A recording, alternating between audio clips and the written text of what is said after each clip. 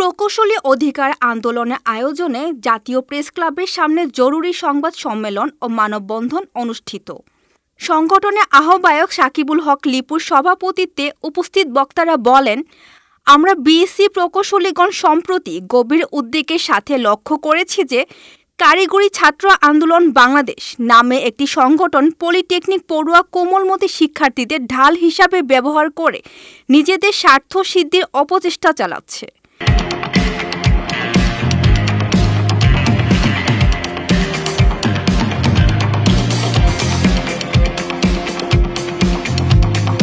শিক্ষার্থীদের practical marks না দেওয়া, আন্দোলনে যোগ না দিলে ক্যাম্পাসে ঢুকতে না দেওয়া সহ নানা রকম ভয়ভীতি দেখিয়ে রাজপথে লেলিয়ে দিয়েছে স্বার্থান্বেষী একটি মহল।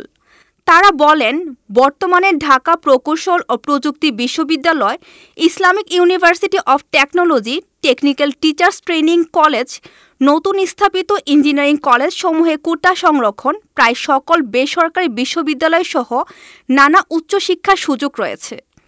এছাড়াও দেশের কয়েকটি পাবলিক বিশ্ববিদ্যালয়ে তারা উন্মুক্ত প্রতিযোগিতামূলক ভর্তি পরীক্ষায় অংশ নিতে পারে।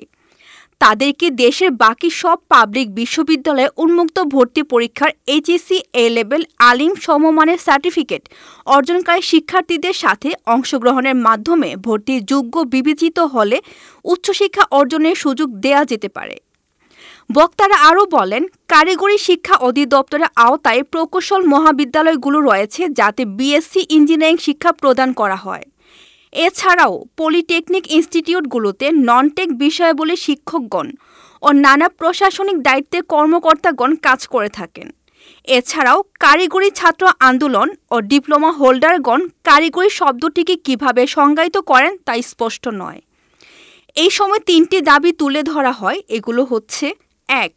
বিএসসি ইঞ্জিনিয়ারিং ডিগ্রি ছাড়া কাউকে প্রকৌশলী হিসেবে স্বীকৃতি দেওয়া যাবে না মর্মে প্রজ্ঞাপন জারি করতে হবে। 2.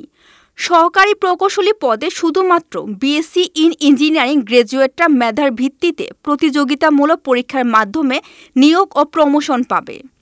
3. উপসহকারী প্রকৌশলী পদে বিএসসি ইন ইঞ্জিনিয়ারিং গ্র্যাজুয়েটদের আবেদনের সুযোগ দিতে হবে এবং নিয়োগ হতে হবে শতভাগ মেধার ভিত্তিতে। এতক্ষণ আপনাদের সাথে ছিলাম রেহানা সুলতানা প্রীতি। পরবর্তী নিউজ আপডেট পেতে চোখ রাখুন news24bd.net এর ফেসবুক পেজ এবং ইউটিউব চ্যানেলে। ধন্যবাদ।